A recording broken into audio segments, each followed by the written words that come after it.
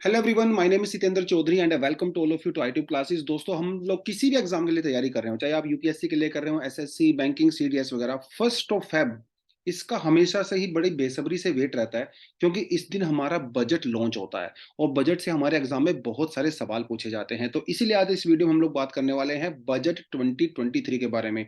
और इस वीडियो के आखिर तक हम लोग बने रहते हैं, जो मैं आपसे सजेस्ट भी करूंगा, रिक्वेस्ट भी करूंगा कि वीडियो को आखिर तक देखें। बहुत कुछ जानने को मिलेगा बजट के बारे में। बजट की हिस्ट्री के बारे में थोड़ा सा हम लोग बात कर सकते हैं, काफी इंटरेस्टिंग रहने वाला है। I don't think so UPSC के पर्सपेक्टिव से इंपॉर्टेंट है, लेकिन स्टेट पीसीएस वगैरह में काफी सवाल यहाँ से आते रहते हैं। उसके अलावा बजट का मीनिंग क्या होता है, थोड़ा थोड़ा इसको हम लोग देखेंगे। गवर्नमेंट के कौन कौन से इनकम के सोर्स होते हैं, that is also very important point for us. उसके अलावा गवर्नमेंट कहाँ कहाँ उस पैसे को खर्च करती है, that is also very important. उसके अलावा गवर्नमेंट अगर कोई नया प्लान, कोई नया इनिशिएटिव, कोई नया स्कीम लॉन्च करने वाली है, उसका मेंशन भी गवर्नमेंट बजट में करती है। एग्जिस्टिंग जो हमारे पास स्कीम होती है, या जो एग्जिस्टिंग जो अलोकेशन होती है मनी की, उसके बारे में कौन कौन से चेंजेस होते हैं। जैसे एग्रीकल्चर में पिछले साल कितना पैसा दिया गया था, इस बार कितना दिया गया है, वो कम हुआ है, ज्यादा हुआ है, उसके बारे में बात की जाती है। And there are lot of deficits also, जैसे physical deficit, primary deficit, revenue deficit. उन डेफिसिट के बारे में भी चर्चा की जाती है अपने बजट के में। तो आज हम लोग ये सारी चीजें कवर करेंगे। उसके अलावा बहुत सारी छोटी छोटी चीजें और भी हम लोग डिस्कशन करने वाले हैं, बहुत सारी स्कीम्स के बारे में बात करेंगे। तो वीडियो के आखिर तक बने रहें, बहुत कुछ सीखने को मिलेगा, मजा आएगा। थोड़ा वीडियो लंबा हो सकता है, क्योंकि बजट अपने आप में एक बड़ा लंबा डॉक्यूमेंट होता है। तो हर छोटी छोटी चीज के बारे में डिस्कस करेंगे, लेकिन जो चीजें ज्यादा इंपॉर्टेंट है एग्जाम के पर्सपेक्टिव से, उस पर मैं थोड़ा ज्यादा फोकस करूंगा। जो मुझे लगता है इतना ज्यादा इंपॉर्टेंट नहीं है, और उस पर हम लोग थोड़ा सा कम फोकस करेंगे। तो वीडियो को आखिर तक देखें। तो शुरुआत करते हैं वीडियो की। और बड़े समय बाद चैनल पे वीडियो आ रहा है, और बड़े समय से ऐसा सोच रहा था मौका कि कोई ऐसा मौका बने, कोई ऐसा टॉपिक आए कि वीडियो आए चैनल पे। अभी हम लोग रेगुलरली एक्टिव रहेंगे। अगर आप हमारे एग्जिस्टिंग सब्सक्राइबर हैं तो बने रहें, आने वाले समय में बहुत कंटेंट आपके लिए लेके आते रहेंगे। तो भैया, निर्मला सीतारमन जी ने, हमारी फाइनेंस मिनिस्टर जी ने, बजट 2023 फाइनली 1 Feb को कर दिया है लॉन्च। और निर्मला सीतारमन जी पहली ऐसी फीमेल फाइनेंस मिनिस्टर बनी है इंडिया में, जिन्होंने सबसे ज्यादा बजट जो है अपनी लाइफ में वो प्रेजेंट किए हैं। तो ये बहुत जबरदस्त बात है। लाखों करोड़ों महिलाओं के लिए निर्मला सीतारमन जी एक अपने आप में एक रोल मॉडल है। वो इनको एज अ इंस्पिरेशन के तौर पे देखती हैं। और मैं, वो सिर्फ महिला ही नहीं, बल्कि हर वो आदमी जो स्ट्रगल कर रहा है, जो कहीं ना कहीं जिंदगी में किसी मकाम तक पहुंचना चाहता है, निर्मला सीतारमन जी उनके लिए एक बहुत बड़ा भाई एक इंस्पिरेशन है। हमारे लिए, आपके लिए, सभी के लिए इंस्पिरेशन है। और वीमेन एम्पावरमेंट का एक जीता जागता उदाहरण है। दुनिया की मोस्ट पावरफुल वीमेन में जो है इनकी गिनती होती है। तो सच अ ग्रेट पर्सनैलिटी, और वो सारी चीजें होती हैं। बट बजट में आगे बढ़ने से पहले थोड़ा सा हम लोग बजट की हिस्ट्री, थोड़ा सा इंटरेस्टिंग फैक्ट के बारे में कुछ बात करेंगे। और देखिए, 1860 में अंग्रेजों का जमाना हुआ करता था। उस समय बंगाल में जो है battle of Buxar, battle of Plassey, उसके आसपास का टाइम है। 1860 में पहली बार एक स्कॉटिश इकोनॉमिस्ट थे जिनका नाम था जेम्स विल्सन। उन्होंने ईस्ट इंडिया कंपनी के लिए बजट पेश किया था। बट ऑफ कोर्स ये पूरा ऑल इंडिया बेसिस पे नहीं था, थोड़ी जो टेरिटरी ब्रिटेन के पास थी, उन्होंने अपनी टेरिटरी के लिए किया था। ठीक है। उसके अलावा पहला जो बजट इंडिपेंडेंट इंडिया में हुआ, वो हुआ November 26, 1947 को। 15 अगस्त को हमें आजादी मिली, और उसके बाद जो है 26 नवंबर को ये दिया गया। देखिए, 26 हमारे लिए बहुत इंपॉर्टेंट है। ये जो डेट है 26, काफी कुछ हुआ है 26 को, है ना। 26 को ही लाहौर सेशन में वो पूर्ण स्वराज्य की मांग की गई थी। उसी 26 तारीख को ही जो है 1949 में नवंबर में, इसी दिन हमारा जो है साइन किए गए थे कॉन्स्टिट्यूशन के ऊपर। राइट। फिर 26 जनवरी को अडोप्ट किया गया था। तो ये काफी इंपॉर्टेंट डेट है हमारी हिस्ट्री की, वो बात करें तो। पहले इंडिया के फाइनेंस मिनिस्टर थे मिस्टर आर के शम्मू खान खमजी चेट्टी, इन्होंने उसको प्रेजेंट किया था। हमारे जितने भी अभी तक फाइनेंस मिनिस्टर रहे हैं, तो मिस्टर मोरारजी देसाई ने अभी तक सबसे ज्यादा 10 बार जो है वो बजट पेश किया है, 1962 से लेकर 69 के बीच में। उसके अलावा भाई चिदम्बरम साहब ने 9 बार, प्रणब मुखर्जी ने 8 बार, यशवंत सिन्हा जी ने 8 बार, और मनमोहन सिंह जी ने 6 बार, और निर्मला सीतारमन जी ने 5 बार। ये आपको पता होना चाहिए।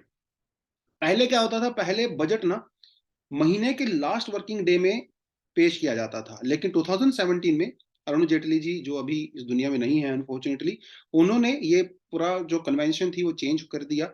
और February 1 को, 2017 के बाद 1 Feb को लॉन्च किया जाता है, प्रेजेंट किया जाता है अपना बजट। देखो ये कैसा कॉन्स्टिट्यूशन में नहीं लिखा हुआ है, डेट फिक्स नहीं है, it was just a convention and mister Arun Jaitley actually broke that convention and now it is on the Feb first.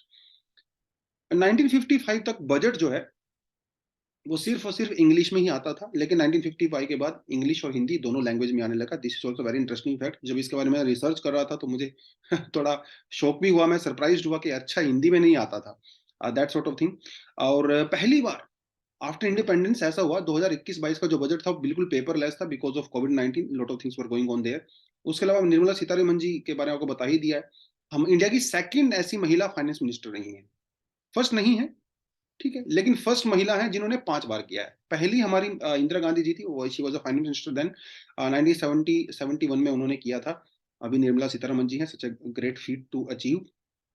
और 2017 तक जो है रेलवे बजट और जनरल बजट जो है वो एक साथ ही प्रेजेंट किया, अलग अलग प्रेजेंट किया जाता था, पर 2017 के बाद उस प्रैक्टिस को भी चेंज कर दिया गया। अभी रेलवे बजट और यूनियन बजट को मर्ज कर दिया गया है आफ्टर 2017।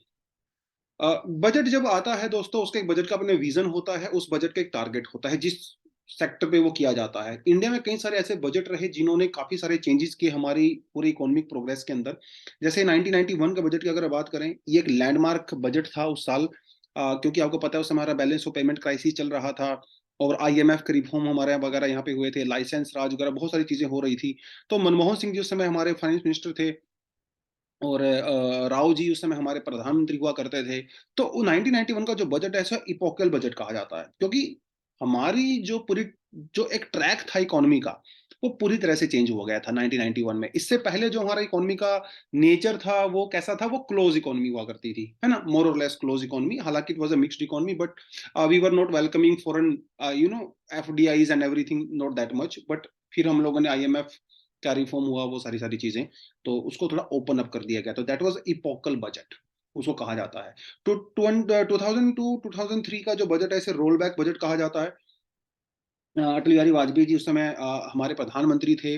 उससे ही 2-3 साल पहले भैया कारगिल वॉर हुआ था, तो देश उतना ज्यादा अच्छे से ग्रो नहीं कर रहा था। तो कई सारे ऐसे प्रपोजल थे जो बजट के अंदर लास्ट ईयर के बजट में वो लॉन्च किए गए थे, लेकिन उनको वापस ले लिया गया था, इसलिए इसे रोल बैक बजट भी कहते हैं। देखिए ये जो इपोकल बजट है, रोल बैक बजट है, ये कोई ऐसा ऐसा कोई ऑफिशियल नाम नहीं है इनका, and it is just said by some journalist और सम एक्सपर्ट्स, इसीलिए बेसिस पे आई डोंट थिंक सो यहाँ से एग्जाम से कोई क्वेश्चन आएगा, but it was just to make you understand कि कैसे कैसे हमारे बजट से चेंजेस हुए हैं। चलिए ठीक है, तो बजट की बहुत बात हम लोग करते हैं। और तो बजट है क्या भाई, ये जानना भी बहुत जरूरी है ना। बजट है क्या, बजट की बहुत बात करते हैं। और देखिए एक और इंटरेस्टिंग चीज आपको बताता हूँ, हमारे कॉन्स्टिट्यूशन के अंदर कहीं भी बजट वर्ड का जिक्र नहीं किया गया है, पूरे कॉन्स्टिट्यूशन में कहीं ये वर्ड मेंशन ही नहीं है। आर्टिकल 112 वो एनुअल फाइनेंशियल स्टेटमेंट की बात करता है। तो ये बजट का ऑफिशियल नाम है, बजट ऑफिशियल नाम नहीं है, it is just common name जो हम लोग यूज कर लेते हैं, ठीक है। बजट बनाने वगैरह का जो नोडल पूरी एजेंसी होती है वो होती है department of economic affairs in the finance ministry, ठीक है। बट है क्या बजट, सबका ही बजट होता है। मेरा बजट अपना है, आपका भी बजट होगा, हमारी एक फैमिली का बजट होता है, पूरे गांव का बजट होता है, पूरे सिटी का बजट होता है, पूरे स्टेट का बजट होता है, पूरे देश का बजट होता है। होता क्या है बजट, बेसिकली हमारे पास कुछ सोर्स होते हैं जहां से हमारी इनकम होती है, वैसे ही कुछ हमारे खर्चे भी होते हैं। तो एक इनकम का सोर्स होते हैं बहुत सारे, और कहीं हमारे खर्चे भी होते हैं। जो हमारी इनकम और खर्चे का हिसाब किताब होता है, बिल्कुल अगर मैं बिल्कुल आपको देसी भाषा में बताऊं, अकाउंटिंग, या फिर जो ब्लूप्रिंट होता है हमारे एक्सपेंडिचर का और हमारी इनकम का, उसे हम लोग बजट कहते हैं। अगर आप स्टूडेंट हो तो आपको हर महीने अपने घर से पॉकेट मनी मिलता होगा, आप उसको कहीं ना कहीं खर्च करते होंगे, है ना। कोई दोस्तों से पार्टी कर लिया, कुछ खा लिया पी लिया, कोई बुक्स आपने परचेज कर ली, कुछ ना कुछ करते रहते हो। तो कुछ आपके खर्चे होते हैं, कुछ आपकी इनकम भी होती है। उनका जो हिसाब किताब होता है उसी को बजट बोलते हैं। हमारे देश में, हमारे देश की जो इनकम है वो बहुत कम है as compare to expenditure. Expenditure ज्यादा होता है, इसीलिए हमारा बजट डेफिसिट होता है। मतलब हम लोग की आमदनी 98 है, खर्चा रुपया है, उसे कहते हैं डेफिसिट बजट। जब इनकम ज्यादा होती है और एक्सपेंडिचर ज्यादा कम, इनकम ज्यादा होती है एक्सपेंडिचर कम होता है, उसे सरप्लस बजट कहते हैं। हमारा सरप्लस बजट नहीं, तो क्या क्या होता है बजट डॉक्यूमेंट के अंदर? रिसीट्स मतलब जहां से पैसा आता है, एक्सपेंडिचर जहां जहां पैसा जाता है, तो incoming of money and outgoing of money. Second thing we discuss about the physical deficit, revenue deficit, effective revenue deficit, primary deficit and lot of other things also, कि कौन कौन से प्रोग्राम को कितना पैसा दिया गया है ना, कौन सी स्कीम को जो पैसा दिया गया है, वो सारी चीजें। All these things are discussed in our budget. आज हम लोग यही करने वाले हैं। ये जो भी आपके सामने मैं डॉक्यूमेंट लेके आए हूँ सारा गवर्नमेंट डॉक्यूमेंट है। ठीक है, आप वेबसाइट पे जा सकते हो, वहां से भी आप इसको डाउनलोड कर सकते हो। आपको अगर यहाँ से चाहिए तो नीचे डिस्क्रिप्शन में आपको लिंक दे दूंगा, वहां से आपको पूरा डॉक्यूमेंट मिल जाएगा। देखिए, इस साल का जो अपना बजट है, हाँ एक चीज आपको इंटरेस्टिंग यहाँ पे और बताता चलूँ कि जो हमारा फाइनेंशियल ईयर है ना, आपको पहले से पता होगा वो 1 अप्रैल से शुरू होता है।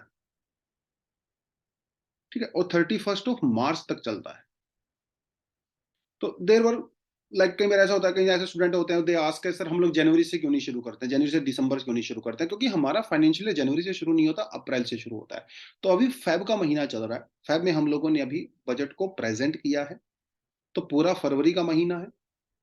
ठीक है, फिर मार्च का महीना आएगा, और फिर इसमें हम लोग क्या करेंगे, बहुत सारे बिल वगैरह पेश होंगे अभी अपने पार्लियामेंट के अंदर, उनको पास किया जाएगा, वोटिंग वगैरह होगा, तो उसमें समय लगता है। अलग अलग डिपार्टमेंट जो है वो अलग अलग डिमांड्स को अपडेट करेंगे, तो समय लगेगा उसमें। फाइनली 1 अप्रैल से हम लोग अपना बजट पूरी तरीके से लॉन्च करेंगे, राइट? वो चीज यहाँ पे रहती है। चलिए, तो बात यह है कि भाई इस साल का जो बजट है इंडिया का, हमारे देश का, वो रहा 45.03 लाख करोड़। मतलब 45 लाख करोड़, बहुत पैसा होता है भाई। ठीक है, अब ये पैसा जो है वो अलग अलग जगह से आता है। कहां से आता है आप यहाँ पे क्लियरली देख सकते हो। Capital receipt, net tax receipt, non tax revenue.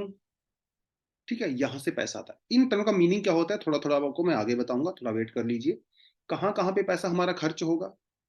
बहुत सारी स्कीम गवर्नमेंट चलाती है, वहां पे पैसा खर्च होता है। अलग अलग तरह की स्कीम होती है, सेंट्रल सेक्टर स्कीम होती है, सेंट्रल स्पॉन्सर्ड स्कीम्स होती हैं, इसका मीनिंग भी आपको मैं आगे बताऊंगा। उसके अलावा भी हम लोग सब्सिडीज देते हैं, फर्टिलाइजर सब्सिडी, है ना, दुनिया और एग्रीकल्चर फूड सब्सिडी वगैरह वहां पे देते हैं, बहुत पैसा सरकार का खर्चा होता है ना। इंटरेस्ट पेमेंट देते हैं, वो बताऊंगा आपको क्या होता है इंटरेस्ट पेमेंट, है ना। तो बहुत खर्चे होते हैं गवर्नमेंट के, कहीं पे कोई बड़ा प्लान बनाना है, कोई सड़क बनानी है, कोई ब्रिज बनाना है, कोई पोर्ट बनानी है, गवर्नमेंट के जो एम्प्लॉइज होते हैं उनको सैलरी देना है, बहुत पैसा खर्चा होता है गवर्नमेंट का। तो इनकम के बहुत सारे तरीके हैं, खर्च के करने की खर्च भी बहुत जगह पे होता है। इन दोनों का ही जो हिसाब किताब होता है that is called actually budget. तो अगर मैं बताऊं कहां कहां से पैसा आता है, थोड़ा सा डिटेल में जाएं। पैसा आना, इनकम, उसे कहते हैं रिसीट, हिंदी में कहते हैं प्राप्तियां। तो these are some of the sources from where government actually gets money. Corporation tax 15%। ठीक है, यहाँ पे पैसा लिखा हुआ है, मतलब अगर इंडिया का टोटल जो पैसा हमें रिसीव होता है, अगर वो 1 रुपया मान लिया जाए, उसमें से 15 पैसा are received from the corporation tax. Tata Birla, Ambani, TCS, Infosys बहुत पैसा कमाते हैं भाई, इनसे हमें पैसा मिलता है। 15% अगर आप 100 की टर्म में बात करो तो वहां से आता है। इनकम टैक्स के थ्रू भी 15% पैसा आता है। कस्टम ड्यूटी, सीमा शुल्क, यानी कि जो सामान हमारे देश से बाहर जाता है, बाहर से सामान इंडिया में आता है, उसे कस्टम ड्यूटी कहते हैं। वहां से भी सरकार को पैसा मिलता है, 4% के लगभग हमारा वहां से आता है। यूनियन एक्साइज ड्यूटी, जो सामान वगैरह बनाया जाता है उसके ऊपर। ठीक है, उसके अलावा जीएसटी, वहां से 17% आता है, 17%। Non tax receipt 6%। Non debt capital receipt कितना हुआ यहाँ पे? 2% ओनली। जैसे हम लोग डिस इन्वेस्टमेंट करते हैं ना, आपने LIC के कुछ शेयर्स को बेच दिया, एयर इंडिया को बेच दिया गया, है ना, उसे हम लोग नॉन डेट कैपिटल रिसीट कहते हैं। उसके अलावा बोरिंग्स वगैरह, बोरोइंग्स होती हैं, सरकार बहुत सारा पैसा बोरो करती है, RBI से करती है, पब्लिक से करती है, वहां से सरकार को जो है 34% जो है वो इनकम होती है। तो ये तो हो गए सरकार के इनकम के जुगाड़। खर्च कहाँ करती है गवर्नमेंट, वो आपको थोड़ा दिखा देता हूँ, परसेंटेज वाइज इंपॉर्टेंट रहेगा आपके लिए। सेंट्रल सेक्टर स्कीम्स, ठीक है, इसमें आप डिफेंस और सब्सिडी को कवर मत करिए। सेंट्रल सेक्टर स्कीम में 17% खर्चा होता है सरकार का, मतलब 100 रुपए अगर मान के चलें, उसमें से 17 रुपए वहां जाएंगे, 1 रुपए मान के चलें तो 17 पैसा सेंट्रल सेक्टर स्कीम में जाता है। 9 पैसा जो है 9% वो सेंट्रली स्पॉन्सर्ड स्कीम में जाता है। दोनों में फर्क है, एक है सेंट्रल सेक्टर स्कीम, दूसरी है सेंट्रल स्पॉन्सर्ड स्कीम। दोनों में क्या फर्क होता है आपको बताता चलता हूं। देखिए, ऐसी स्कीम्स जिसमें 100% कॉन्ट्रीब्यूशन सेंट्रल गवर्नमेंट का होता है उसे कहते हैं सेंट्रल सेक्टर स्कीम। जिनको डिजाइन करना, इंप्लीमेंट करना, पैसा वगैरह लगाना सब सेंटर का होता है 100%, उसे सेंट्रल सेक्टर स्कीम कहते हैं। ये यूजली ऐसे सेक्टर में होती हैं जो यूनियन लिस्ट के अंदर सब्जेक्ट होते हैं। जैसे अगर आप बात करें, जैसे प्रधानमंत्री उज्ज्वला योजना, जैसे खेलो इंडिया प्रोग्राम, उस तरह के होते हैं ये प्रोग्राम, ठीक है। Apart from that we have some schemes also जहां पे centre and state both contribute, कुछ कुछ परसेंटेज कंट्रीब्यूट करते हैं, उसे सेंट्रल स्पॉन्सर्ड स्कीम कहती हैं। तो जैसे यहाँ पे इम्प्लीमेंट वगैरह काम जो है वो स्टेट गवर्नमेंट का होता है, थोड़ा बहुत पैसा स्टेट गवर्नमेंट भी देती है, कभी कभी 19-10% के बेसिस पे, कभी 75-25, कभी 60-40, कभी 50-50, इस तरह से रहता है वो। इसे कहते हैं सेंट्रली स्पॉन्सर्ड स्कीम। जैसे मनरेगा, बहुत बड़ा प्रोग्राम है ना। प्रधानमंत्री ग्राम सड़क योजना, बहुत बड़ा प्रोग्राम है। ये सेंट्रली स्पॉन्सर्ड स्कीम्स है। इसमें कुछ कंट्रीब्यूट सेंटर का, कुछ कंट्रीब्यूशन जो है वो स्टेट गवर्नमेंट का होता है। समझ में आया आपको? उसके अलावा इंटरेस्ट पेमेंट, इस पे सरकार को 20% का खर्चा करना पड़ता है। मतलब सरकार बहुत जगह से पैसा बोरो करती है, जैसे बैंक से करती है, आरबीआई से करती है, पब्लिक से करती है। तो भाई पैसा जब सरकार लेगी फ्री में थोड़ी ना लेगी, उसके ऊपर इंटरेस्ट तो देना पड़ेगा ना।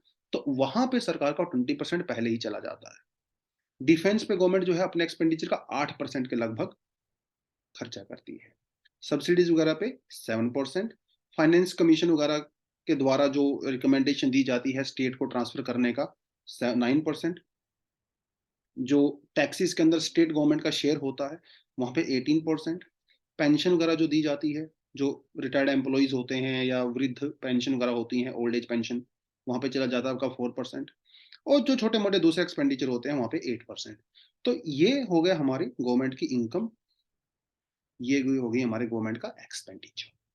ठीक है, ये आपको समझ में आया? चलिए अब बात करते हैं मेन मुद्दे की, जो हमारा मेन बजट की बात करते हैं। अमृतकाल की भैया शुरुआत हो चुकी है। इस साल का बजट अमृतकाल का पहला बजट है। अब आप सोच रहे होंगे अमृतकाल क्या है?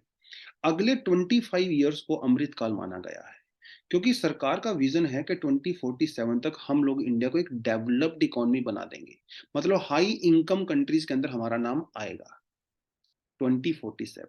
तो उस लॉन्ग टर्म जो हमारा गोल है, उसके लिए हम लोग किस किस चीज के ऊपर फोकस करेंगे, that is called vision for the Amritkaal. पहले तो हम लोग का जो यूथ के ऊपर फोकस करेंगे, क्योंकि हमारे कंट्री की जो पॉपुलेशन है काफी यंग है। आने वाले समय में यंग लोगों पर फोकस करेंगे भैया, तभी जो है वो हमारा जीडीपी ग्रो होगा, तभी हम लोग डेवलप्ड कंट्री बनेंगे। तो ग्रोथ करना है और जॉब्स क्रिएशन करनी है, ये हमारा विजन है। और जो मैक्रो इकोनॉमिक एनवायरनमेंट है उसे स्ट्रॉन्ग करना है, स्टेबल करना है। जैसे इन्फ्लेशन हो गया, बैलेंस ऑफ पेमेंट वगैरह हो गया, इसको इंप्रूव करना है। ये लॉन्ग टर्म होता है, विजन हमेशा लॉन्ग टर्म होता है। बट इस लॉन्ग टर्म विजन को अचीव करने के लिए कुछ ऐसे सेक्टर हैं जिसको हम लोग ने प्रायोरिटी पे रखा है, जहां पे ज्यादा फोकस किया जाएगा। जैसे यूथ पावर, ऊपर भी हम लोगों ने यूथ का बात किया। फाइनेंशियल सेक्टर, ग्रीन ग्रोथ, भैया वो भी जरूरी है। क्लाइमेट चेंज की हम लोग बात करते हैं, रिन्यूएबल एनर्जी सोर्सेज की बात करते हैं। अनलीशिंग द पोटेंशियल, अब ये पोटेंशियल कुछ भी हो सकता है, फाइनेंशियल सेक्टर का भी हो सकता है, यूथ का भी हो सकता है, इंफ्रास्ट्रक्चर का भी हो सकता है। अकेले से infrastructure and investment, inclusive development, reaching the last mile, मतलब जो सड़कें वगैरह हैं वो सब यहाँ पे बनानी है।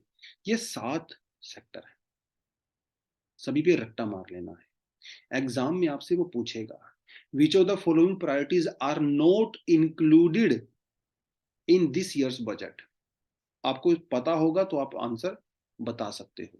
Youth, financial, green, unleashing the potential, infrastructure, inclusive development, reaching the last mile. एक एक के बारे में हम लोग आगे डेफिनेटली बात करेंगे। चलिए पहले के बारे में बात करते हैं, इंक्लूसिव डेवलपमेंट। डेवलपमेंट क्या होता है ये आपको अच्छे से पता है, ग्रोथ से अलग होता है। ग्रोथ का मतलब होता है कि भाई आपने आउटपुट इंक्रीज कर दिया, आपने जीडीपी इंक्रीज कर दिया, वो होती है ग्रोथ। डेवलपमेंट ग्रोथ से बड़ी होती है। डेवलपमेंट में हम लोग हेल्थ भी इंक्लूड करते हैं, एजुकेशन इंक्लूड करते हैं, वीमेन एम्पावरमेंट इंक्लूड करते हैं, एनवायरमेंट कैसे हम लोग टेक केयर कर रहे हैं वो इंक्लूड करते हैं, इनकम डिस्ट्रीब्यूशन को इंक्लूड करते हैं, बहुत सारी चीजें होती हैं। तो development like holistic overall development. तो डेवलपमेंट एक क्वालिटेटिव एस्पेक्ट होता है और ग्रोथ एक क्वांटिटेटिव एस्पेक्ट होता है। तो एक तो हमें डेवलपमेंट करना है, तो खाली हमारा गोल जीडीपी नहीं होना चाहिए, एजुकेशन हेल्थ वगैरह एग्रीकल्चर वो सब होना चाहिए। और ये जो डेवलपमेंट है वो इंक्लूसिव होनी चाहिए। इंक्लूसिव मतलब सबका साथ सबका विकास। It doesn't matter from which community you belong, it doesn't matter from which religion you belong, it doesn't matter from which region you belong, which age, which sex, which color, doesn't matter. सबका साथ सबका विकास, that is inclusive development. तो इसके लिए agriculture और cooperatives पे काफी focus किया है गवर्नमेंट ने, क्योंकि एग्रीकल्चर मोस्टली हमारी 50% का अराउंड पॉपुलेशन तो एग्रीकल्चर में ही इन्वॉल्व है, और मोस्टली हमारे यहाँ पे जो फार्मर्स हैं वो स्मॉल फार्मर्स हैं। तो अगर उनका टेक केयर करेंगे तो इंक्लूसिव डेवलपमेंट अपने आप ही हो जाएगा। कोऑपरेटिव्स के अंदर भी वही लोग इन्वॉल्व होते हैं जो स्मॉल प्रोड्यूसर्स होते हैं, स्मॉल फार्मर्स होते हैं, है ना। अगर उनका टेक केयर करेंगे तो इंक्लूसिव ग्रोथ अपने आप ही हो जाएगा। इस सेक्टर के ऊपर काफी फोकस जो है यहाँ पे किया जाएगा। जैसे एग्रीकल्चर एक्सेलरेटर फंड, इसको एस्टेब्लिश किया जाएगा। ये ऐसे लिए किया जाएगा जो एग्रीकल्चर सेक्टर में स्टार्टअप्स होते हैं ना, उनको प्रमोट करने के लिए इस फंड को बनाया जाएगा। ठीक है। उसके अलावा animal husbandry, dairy, fishery sector में बहुत कुछ काम किया जाएगा। आने वाले समय में सरकार इस सेक्टर के ऊपर फोकस करेगी। डिजिटल पब्लिक इंफ्रास्ट्रक्चर बनाया जाएगा ताकि और ज्यादा डिजिटाइजेशन हो सके, गवर्नमेंट का इंफॉर्मेशन जो है वो फार्मर्स तक जो है जल्दी पहुंचे। फार्मर्स को जो है डिजिटल रेवोल्यूशन के अंदर लेके आएंगे। अभी सारे बहुत सारे फार्मर्स हमारे बाहर हैं उस चीज से, है ना। Aatmanirbhar Bharat horticulture clean plant program, इससे भी लॉन्च किया जाएगा। ये होता क्या है थोड़ा आपको बताता चलता हूँ। इसमें क्या होता है, हाई क्वालिटी एग्रीकल्चर प्रोडक्ट्स को प्रोड्यूस करना है जो डिसीज फ्री होंगे। जैसे ऐसी सब्जियां उगानी है आपने, ऐसे फ्रूट्स आपने ग्रो करने हैं जो बहुत अच्छी क्वालिटी के होते हैं, डिसीज फ्री होते हैं, क्योंकि ये इनको आप एक्सपोर्ट कर सकते हो और यहाँ से बहुत सारा पैसा, विदेशी करेंसी आप कमा सकते हो। ये हम लोग करने वाले हैं। अब जैसे यूरोप अमेरिकन कंट्रीज वो क्या करती हैं, उनके अंदर जो फ्रूट्स वगैरह जो बनाते हैं वो लोग, सब्जियां वगैरह, वो हाई क्वालिटी की रहती हैं, तो मार्केट में अच्छा प्राइस मिलता है। और इसके लिए गवर्नमेंट ने ऑलरेडी 2200 करोड़ रुपीज अलॉट भी कर दिए हैं। तो आने वाले समय में ये देखने को मिलेगा। उसके अलावा और भी हम लोग बहुत कुछ करेंगे। जैसे ग्लोबल हब फॉर मिलेट्स, ठीक है, श्री अन्न कहा जाता है मिलेट्स को। ठीक है।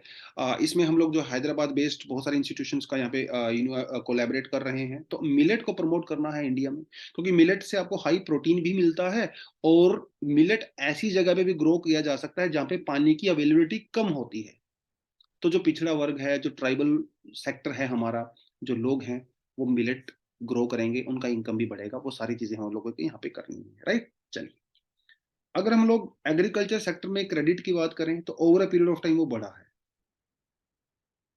क्रेडिट मतलब समझ रहे हो ना, कि बैंक्स वगैरह से पैसा दिया जाता है, गवर्नमेंट एजेंसी जो है पैसा देती हैं, वो बढ़ा है। 2015 की अगर हम लोग बात करें तो 85 लाख करोड़ रुपीस अलॉट हुआ था एग्रीकल्चर सेक्टर में। 2022 तक जाते जाते वो 185 हो गया। 100 लाख करोड़ रुपए का ग्रोथ हुआ। तो साल दर साल एग्रीकल्चर सेक्टर में इन्वेस्टमेंट बढ़ा है, इसमें कोई डाउट नहीं है।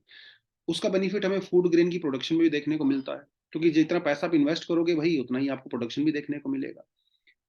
2015 से आप देख सकते हो एग्रीकल्चर फूड ग्रेन का प्रोडक्शन जो है वो बढ़ा है।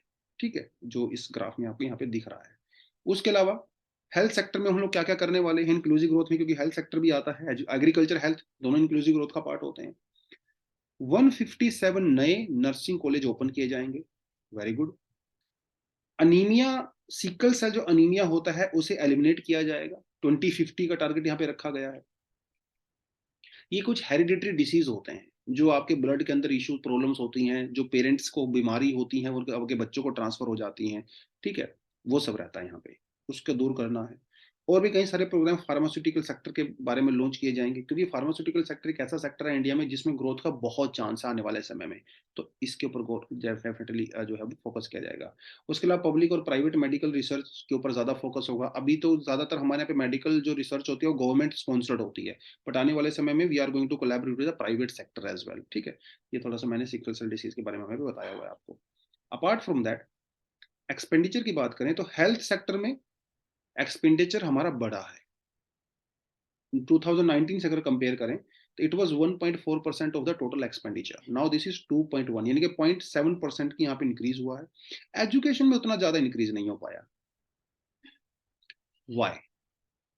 कि देखिए 2019 में तो कोविड आ गया था, तो स्टेट गवर्नमेंट हो चाहे सेंट्रल गवर्नमेंट हो, ज्यादातर फोकस हेल्थ के ऊपर चला गया था। वैक्सीन लगवाई गई, हॉस्पिटल को वो सारी चीजें हुई मेडिकल सेक्टर में। तो जब पैसा हेल्थ में ज्यादा इन्वेस्ट किया जाएगा तो एजुकेशन से ज्यादा नहीं हो पाएगा, क्योंकि पैसा तो लिमिटेड है। एक सेक्टर में इन्वेस्ट करोगे तो दूसरे सेक्टर से निकालना पड़ेगा पैसा। तो हेल्थ में डाला तो एजुकेशन से निकाल दिया। तो एजुकेशन में उतना ज्यादा ग्रोथ नहीं हो पाया जितना होना चाहिए था। बट एजुकेशन सेक्टर में अभी गवर्नमेंट कुछ करने वाली है। District institutes of the education and the training, teachers को ट्रेनिंग दिया जाएगा। ठीक है, ताकि वो बेटर तरीके से टेक्नोलॉजी को अडेप्ट कर सके, वो किया जाएगा। नेशनल डिजिटल लाइब्रेरी ओपन की जाएंगी।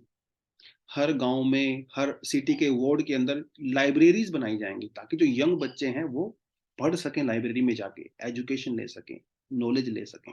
वो सब यहाँ पे किया जाएगा। ठीक है, वार्ड लेवल पे और पंचायत लेवल पे तो कुछ कुछ अच्छी चीजें होने वाली हैं डेफिनेटली यहाँ पे। और बहुत कुछ सरकार ने अचीव भी किया है। पिछले सालों में जो स्कीम सरकार ने चलाई हैं, बहुत कुछ अचीव किया है। जैसे इंक्लूसिव ग्रोथ वाले डेवलपमेंट वाले सेक्टर में अगर हम लोग प्रधानमंत्री किसान की बात करें, 2.2 लाख करोड़ रुपीस ट्रांसफर किए गए हैं 11.4 करोड़ फार्मर्स को।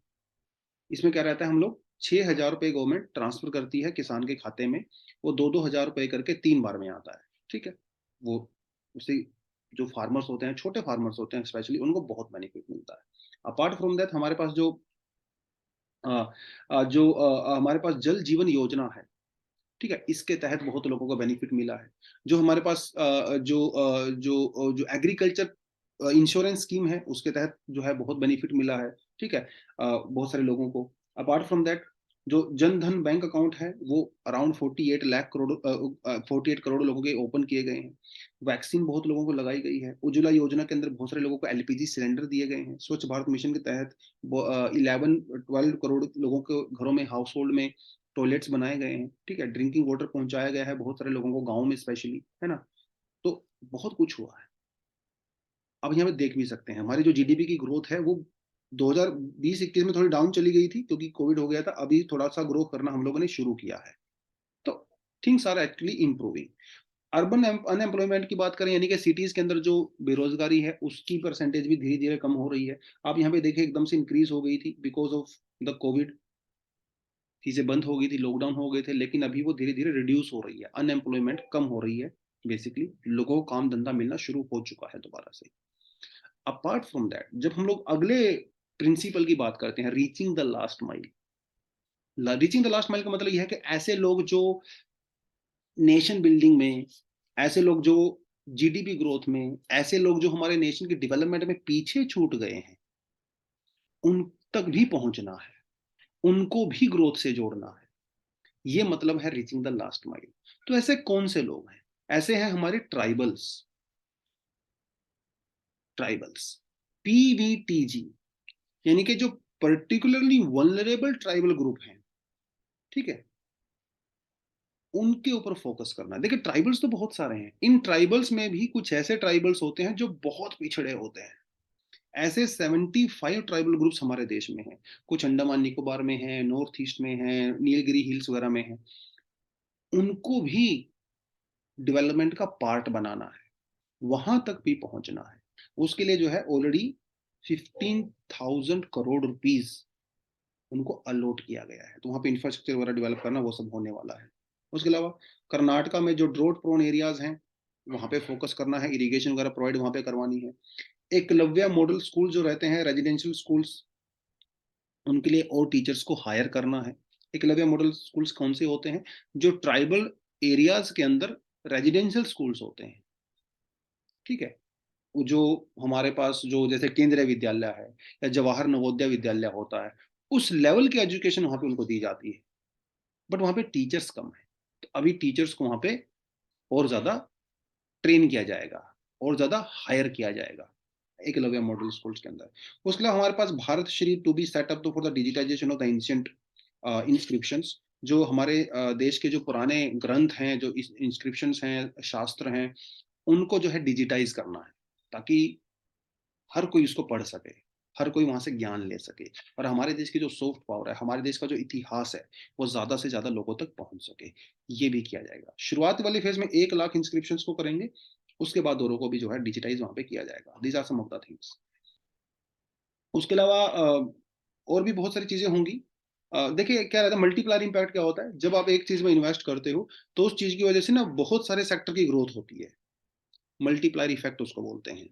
जैसे कैपिटल इन्वेस्टमेंट को इंक्रीज किया जाएगा, ठीक है? उसके अलावा इंटरेस्ट फ्री लोन दिए जाएँगे, ठीक है? स्टेट्स को, जो स्टेट गवर्नमेंट होती हैं, पहले उनको 50 सालों के लिए इंटरेस्ट फ्री लोन दिया जा रहा था। अभी उस लिमिट को 1 साल तक और इंक्रीज कर दिया गया है, ठीक है? 50 सालों तक फ्री ऑफ लोन। पैसा लीजिए, इंफ्रास्ट्रक्चर के अंदर इन्वेस्टमेंट करिए। ठीक है? वो सब चीज़ें होंगी। कैपिटल जो एक्सपेंडिचर है उसको इंक्रीज़ कर दिया गया है। कैपिटल एक्सपेंडिचर खासकर रेलवे के अंदर जो है वो 2.4 लाख करोड़ रुपीज़ कर दिया गया है। ठीक है? ऐसी बहुत सारी चीज़ें हम लोगों ने करी हैं जिसकी वजह से ओवरऑल इंफ्रास्ट्रक्चर इम्प्रूव होगा और इन्वेस्टमेंट भी आएगा। ठीक है? अपार्ट फ्रॉम दैट, जैसे अगर हम लोग आर्टिफिशियल इंटेलिजेंस की बात करें, तो यहाँ पे इंडिया में अगर हम लोग आर्टिफिशियल इंटेलिजेंस बेस्ड सॉल्यूशंस की बात करें, जिसमें आपका रोबोटिक्स हो गया, आपका बायोटेक्नोलॉजी वगैरह हो गया, हेल्थ सेक्टर में बहुत सारे इन्वेंशंस होते रहते हैं, वो सब हम लोग यहाँ पे डेफिनेटली करेंगे।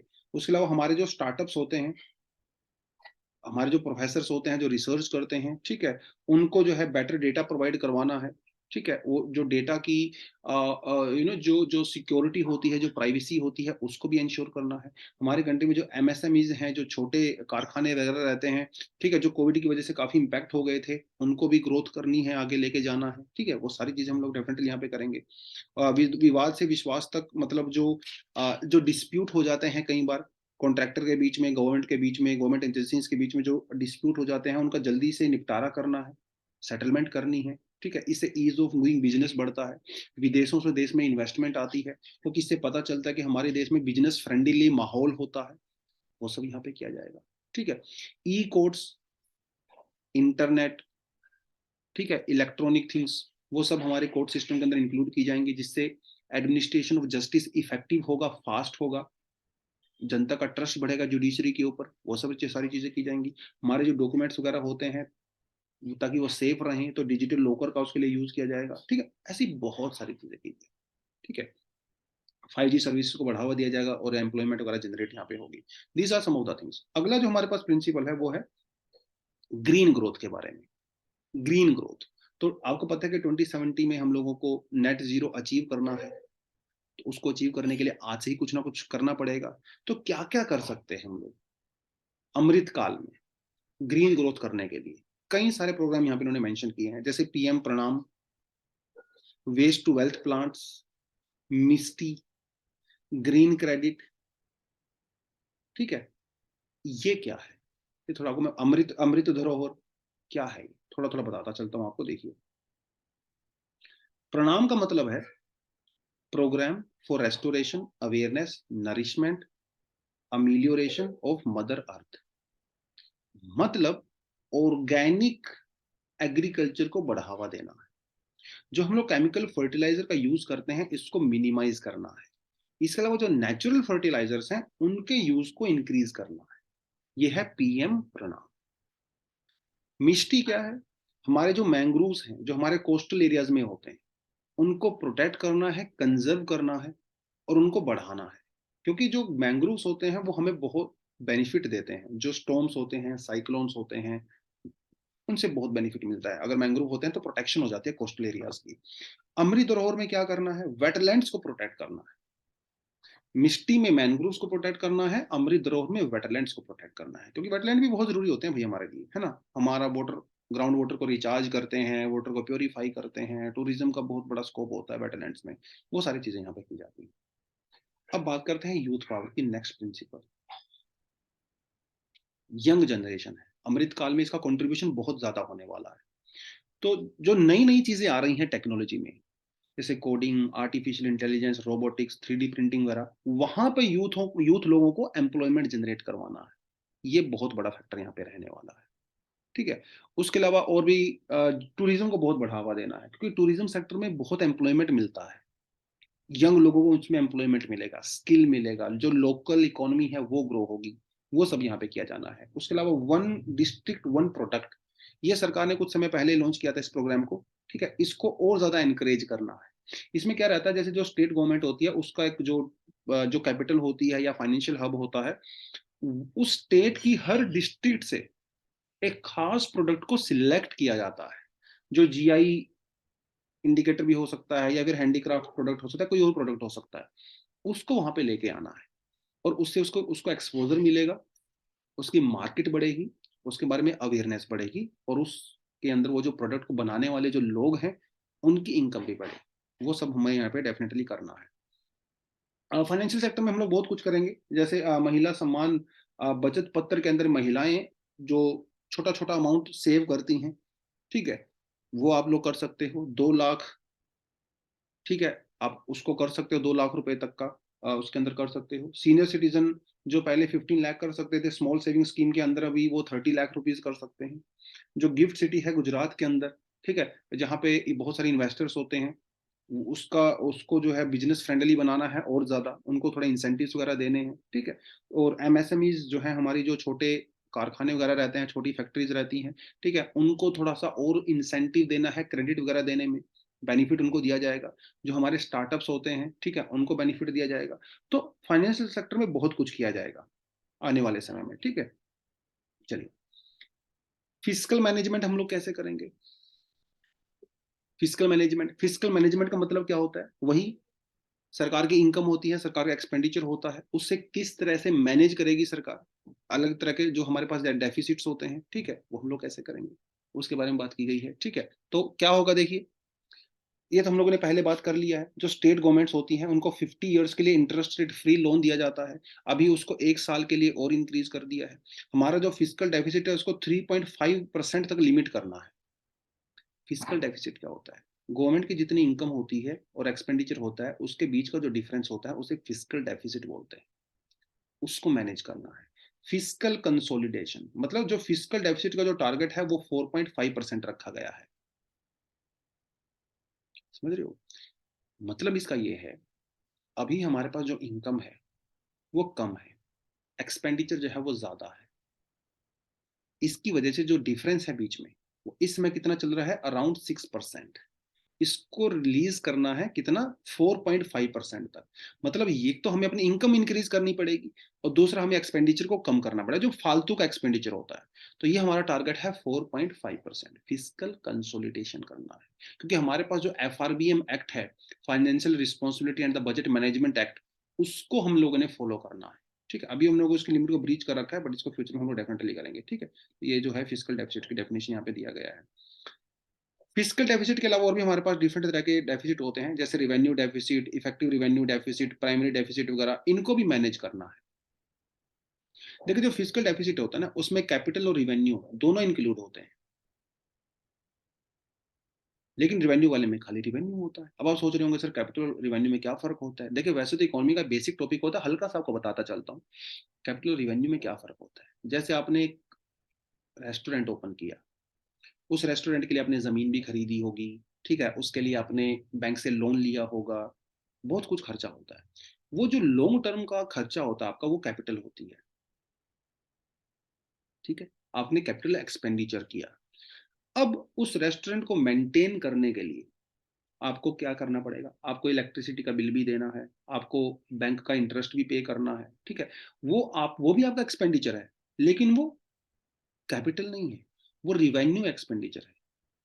क्योंकि वो शॉर्ट टर्म बेसिस पे होता है, हर महीने होता है, हर हफ्ते होता है। ये फ़र्क होता है कैपिटल और रिवेन्यू में। अब उसी रेस्टोरेंट से आपको इनकम भी होगा, प्रॉफिट भी होगा। वो जो इनकम आपको आती है हर महीने, हर दिन, हर हफ्ते उस रेस्टोरेंट से, वो आपका रिवेन्यू है, रिवेन्यू रिसीट, ठीक है? कैपिटल रिसीट नहीं, ठीक है? आपने जैसे एलआईसी को बेच दिया गवर्नमेंट ने, एलआईसी को बेचने से सरकार को बहुत पैसा मिला, वो भी सरकार का जो है रिसीट है, लेकिन वो कैपिटल रिसीट है, क्योंकि वो लॉन्ग टर्म के लिए आती है। तो ये थोड़ा-थोड़ा फ़र्क होता है, इकोनॉमी का बेसिक टॉपिक्स होते हैं, बट उसमें हम लोग ज़्यादा डिटेल में नहीं जाएँगे because it is going to take 2 hours at least अगर हम उसको कवर करेंगे तो। तो ये है आपका थोड़ा रिवेन्यू डेफिसिट, ठीक है? इफेक्टिव रेवेन्यू डेफिसिट में हम लोग क्या करते हैं, जो स्टेट गवर्नमेंट्स को पैसा दिया जाता है इंफ्रास्ट्रक्चर को इंप्रूव करने के लिए, वो उसके अंदर काउंट नहीं करते हैं। प्राइमरी डेफिसिट में हम लोग क्या करते हैं, जो पहले लिया हुआ सरकार का पैसा लोन है, उसके ऊपर जो इंटरेस्ट रेट होता है वो इंक्लूड नहीं करते हैं, करंट वाला करते हैं, ठीक है? ये थोड़ा-थोड़ा फ़र्क होता है इसमें। उसके अलावा अगर आप यहाँ पे देखोगे, टैक्स प्रपोज़ल भी बहुत सारे आए हैं, ठीक है? क्या-क्या टैक्स प्रपोज़ल है थोड़ा देख लेते हैं। ये थोड़ा बाद में करेंगे। देखिए टैक्स डायरेक्ट टैक्स प्रपोज़ल्स, ठीक है? बहुत कुछ किया गया सरकार के द्वारा यहाँ पे। देखिए टैक्स हमारे पास 2 तरह के होते हैं, एक डायरेक्ट टैक्स होता है, एक इनडायरेक्ट टैक्स होता है। जैसे अपना जो इनकम टैक्स होता है, कॉर्पोरेट टैक्स होता है, वो डायरेक्ट टैक्स होता है। उसके अलावा जो दूसरे टैक्स होते हैं वो आपके इनडायरेक्ट, जैसे जीएसटी, ये एक इनडायरेक्ट टैक्स होता है। तो डायरेक्ट टैक्स स्मूथली हो सके, उसके लिए गवर्नमेंट ने बहुत सारे रिफॉर्म्स यहाँ पे किए थे, ठीक है? 44% जो टैक्स रिवेन्यू जो आईटीआर बेसिकली आपका आता है, वो 24 आवर्स के अंदर ही डिस्प्यूट को सेटल कर दिया गया। पहले आपको 93 डेज लग जाते थे अपनी टैक्स प्रोसेस करने के लिए, अभी सिर्फ आपको 16 डेज लगते हैं, तो बहुत फास्ट प्रोसेस हो गई है, ठीक है? बहुत सारी चीजें जो है सरकार ने यहाँ पे की हैं। और हम लोगों ने टैक्स के अंदर क्या क्या सरकार जो है यहाँ पे रिफॉर्म्स कर सकती है। लिथियम आयरन बैटरी के ऊपर जो इंपोर्ट ड्यूटी लगाई जाती थी, उसको सरकार ने कम किया है, क्योंकि अगर हम लोग सोलर पावर प्लांट वगैरह लगाते हैं, तो उसके लिए हमें उसकी रिक्वायरमेंट होती है लिथियम आयन बैटरी की, है ना? तो बैटरी सस्ती करने के लिए ये सब किया गया। Apart from that, mobile cameras, lens वगैरह ये सस्ते हुए हैं, ठीक है? इसके ऊपर सरकार ने ड्यूटी को कम किया है। इथाइल अल्कोहल वगैरह इसको भी कम किया है, ताकि हमारी जो केमिकल इंडस्ट्री है वो ग्रो कर सके। उसके अलावा जो श्रिम्प फीड वगैरह है, मतलब मछलियों वगैरह को जो दाना दिया जाता है, उसको भी सरकार ने कम किया है, ताकि इंडिया में फिशरी को जो है वो ग्रोथ किया जा सके, ठीक है? जो लैब ग्रोन आर्टिफिशियल डायमंड्स होते हैं, उनके लिए भी सरकार ने जो है यहाँ पे इम्पोर्ट ड्यूटी को कम किया है, ताकि हमारा एक्सपोर्ट प्रमोट हो सके। ऐसी बहुत सारी चीज़ें जो हैं वो गवर्नमेंट ने यहाँ पे की हैं, ठीक है? जैसे एमएसएमईज़ को जो है वो जो कॉपर मिलता है, उनको कॉपर स्क्रैप जो हम लोग इम्पोर्ट करते हैं बाहर कंट्री से, उसके ऊपर इम्पोर्ट ड्यूटी को रिड्यूस किया गया है, ताकि छोटे जो फैक्ट्रीज़ हैं, उनकी ग्रोथ हो सके। तो ऐसी बहुत सारी चीज़ें जो है सरकार ने यहाँ पे की हैं। पर्सनल इनकम टैक्स जो सबसे ज़्यादा जो है डिस्कस किए जाने वाला टॉपिक है। पहले 5 लाख रुपए तक आपको इनकम टैक्स ज़ीरो होता था। अभी उसकी लिमिट जो है 7 लाख कर दी गई है। 7 लाख तक अगर आपकी इनकम है साल में, तो आपके ऊपर ज़ीरो टैक्स जो है वो होगा। नई स्लैब्स जो है वो आ गई हैं 1, 2, 3, 4, 5, 6। पहले 5 स्लैब हुआ करती थी, अभी 6 स्लैब हो गई हैं। स्लैब इंक्रीज़ कर दी गई हैं, लेकिन 7 लाख की लिमिट कर दी गई है। इससे काफ़ी बेनिफिट मिलेगा ऐसे लोगों को जिनको सैलरी मिलती है। सैलरी वाले लोगों को बेनिफिट यहाँ पे होने वाला है। तो टैक्स बेनिफिट थोड़े से स्लो। अब ये टैक्स बेनिफिट अलग-अलग सेक्टर्स को दिए जाते हैं। जैसे एमएसएमईज़ को अलग तरह से जो है वो बेनिफिट मिलता है। जो छोटे मतलब माइक्रो, स्मॉल, मीडियम एंटरप्राइजेज़ होती हैं, उनको बेटर तरीके से बैंक क्रेडिट दे सकते हैं, आने वाले समय में। ये हम लोगों ने जुगाड़ यहाँ पे लगाया है। जो कोऑपरेटिव्स होती हैं, ठीक है? कोऑपरेटिव्स, उनको भी यहाँ पे बेनिफिट दिया गया है, ठीक है? उनको बेनिफिट दिया गया है, उनको टैक्स में एग्जम्पशंस दी गई हैं। जो हमारा कॉर्पोरेट टैक्स हुआ करता था, वो पहले ही हम लोगों ने रिड्यूस कर दिया था सरकार ने, ठीक है? इस तरह के बेनिफिट जो है आपको दिए जाएँगे कोऑपरेटिव्स को। स्टार्टअप्स को बहुत बेनिफिट मिलने वाला है। ऐसे स्टार्टअप्स जो घाटे में जा रहे हैं, नुकसान में जा रहे हैं, उनको फिलहाल हम लोग उनसे टैक्स नहीं लेंगे। पहले ये लिमिट जो है 7 इयर्स थी, अभी उनको 10 इयर्स तक कर दिया गया है। ऐसा कुछ-कुछ चेंजेस किए गए हैं उसके अंदर, ठीक है? उसके अलावा जो हमारी स्टेट गवर्नमेंट्स वगैरह हैं, या जो गिफ्ट सिटी हैं, ऐसे सेंटर्स को जो हमारे स्पेशल इकोनॉमिक ज़ोन्स वगैरह हैं, उनको इंसेंटिव दिए गए हैं। है ना? ये वाला टॉपिक ज़्यादा इंपॉर्टेंट नहीं है, क्योंकि इतना डिटेल में हम लोग नहीं जाते हैं यूजुअली बजट में। ये कुछ-कुछ चीज़ें जो है हमारे यहाँ पे रहती हैं। ठीक है? जहाँ तक टैक्स रिसीट की हम लोग बात करते हैं, आप यहाँ पे क्लियरली देख सकते हो। जो ग्रीन कलर में है वो है इनडायरेक्ट टैक्स, इनडायरेक्ट टैक्स से हमें कितना पैसा मिलता है सरकार को? 5.1%। डायरेक्ट टैक्स से कितना मिलता है? 6.0%। डायरेक्ट टैक्स और इनडायरेक्ट टैक्स में थोड़ा क्या फ़र्क होता है आपको बताता चलता हूँ मैं। जो डायरेक्ट टैक्स होता है वो प्रोग्रेसिव टैक्स होता है, जैसे आपका पर्सनल इनकम टैक्स होता है। मतलब जैसे-जैसे आपकी इनकम इंक्रीज़ होती है, वैसे-वैसे आपके ऊपर टैक्स का रेट भी इंक्रीज़ होता है, वो प्रोग्रेसिव टैक्स होता है। इनडायरेक्ट टैक्स क्या होता है? वो एक तरह से रिग्रेसिव टैक्स होता है। इनडायरेक्ट टैक्स सबको बराबर देना पड़ता है। जैसे मिल्क के ऊपर, ठीक है, ₹50 का मिल्क है, उसके ऊपर कुछ टैक्स लगता है। अब ये चाहे गरीब आदमी मिल्क लेने जाए, उसको भी ₹50 लीटर मिलेगा, चाहे टाटा, बिरला, अंबानी जो है मिल्क लेने जाएँ, उनको भी ₹50 ही का मिल्क मिलेगा। उसे इनडायरेक्ट टैक्स कहते हैं। इनडायरेक्ट टैक्स से जो पुअर आदमी होता है ना, उसके ऊपर बोझ पड़ जाता है। डायरेक्ट टैक्स के ऊपर सिर्फ उसके ऊपर वजन पड़ता है, उसको उसको नुकसान होता है जो अमीर होता है, क्योंकि उसके ऊपर ज़्यादा टैक्स का रेट लगता है। तो ये थोड़ा फ़र्क होता है, आप उसको यहाँ पे देख सकते हो, ठीक है? एक्सपेंडिचर भी धीरे-धीरे हमारा जो है इंक्रीज़ हुआ है over a period of time government का। अब येलो वाले में देखिए 14.68%, मतलब सबसे ज़्यादा जो पैसा खर्च करती है सरकार, वो सेंट्रल सेक्टर स्कीम पे करती है। उसके अलावा जो 13.02, ठीक है? ये जो सरकार करती है वो सेंट्रल स्पॉन्सर्ड स्कीम्स पे करती है। तो थोड़ा-सा आप इसको भी देख सकते हो यहाँ पे जाके, ठीक है? रुपया कहाँ से आता है, रुपया कहाँ जाता है, इसके बारे में हम लोग ऑलरेडी बात कर चुके हैं। अलग-अलग मिनिस्ट्री में सरकार ने कितना-कितना पैसा अलॉट किया है, ये ज़्यादा याद नहीं करना रहता है आपको। बट अगर आपको इसको इंक्रीजिंग ऑर्डर, डिक्रीजिंग ऑर्डर में कर सकते हो तो वेल एंड गुड है। एग्ज़ैक्टली फैक्ट आपको याद करने की रिक्वायरमेंट नहीं है। मिनिस्ट्री ऑफ डिफेंस में 5.94 लाख करोड़ रुपीज़, आप इसका 1 लाख करोड़ रुपीज़ ऐड कर सकते हो। मिनिस्ट्री ऑफ रेलवे में 2.4 crore lakh rupees, ministry of home affairs 1.96 lakh crore, rural development में 1.6 lakh crore, ministry of communication में 1.2 लाख करोड़, ठीक है? वो सब हम लोगों ने यहाँ पे किया है। Over a period of time कौन-कौन से स्कीम्स में हम लोगों ने पैसा डाला है, इंक्रीज़ किया है। फार्मास्यूटिकल सेक्टर में हम लोगों ने पिछले साल के कंपैरिज़न में काफ़ी ज़्यादा इन्वेस्टमेंट करने का सोचा है।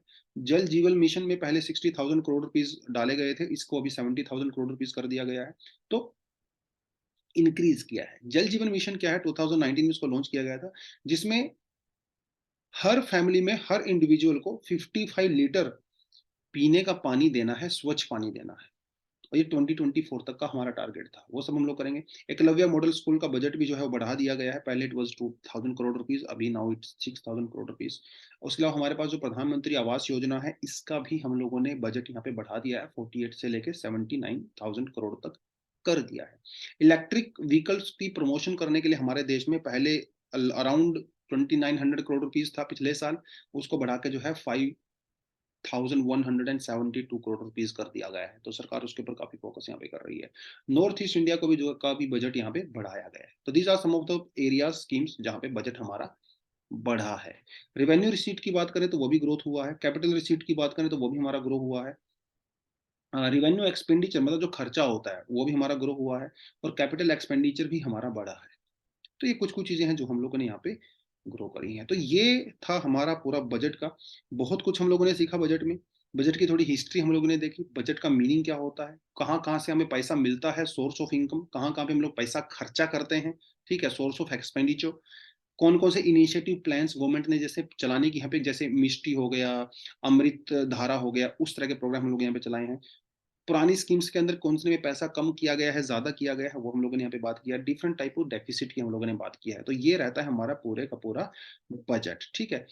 ये डॉक्यूमेंट आपको नीचे डिस्क्रिप्शन में मिल जाएगा, आप उसको वहाँ से डाउनलोड कर सकते हो। अभी हमारे चैनल पे बहुत रेगुलर वीडियोज़ आने वाली हैं, तो चैनल को सब्सक्राइब ज़रूर करें। तो दोस्तों आज के लिए इतना ही था। Thank you very much, all the best, जय हिंद।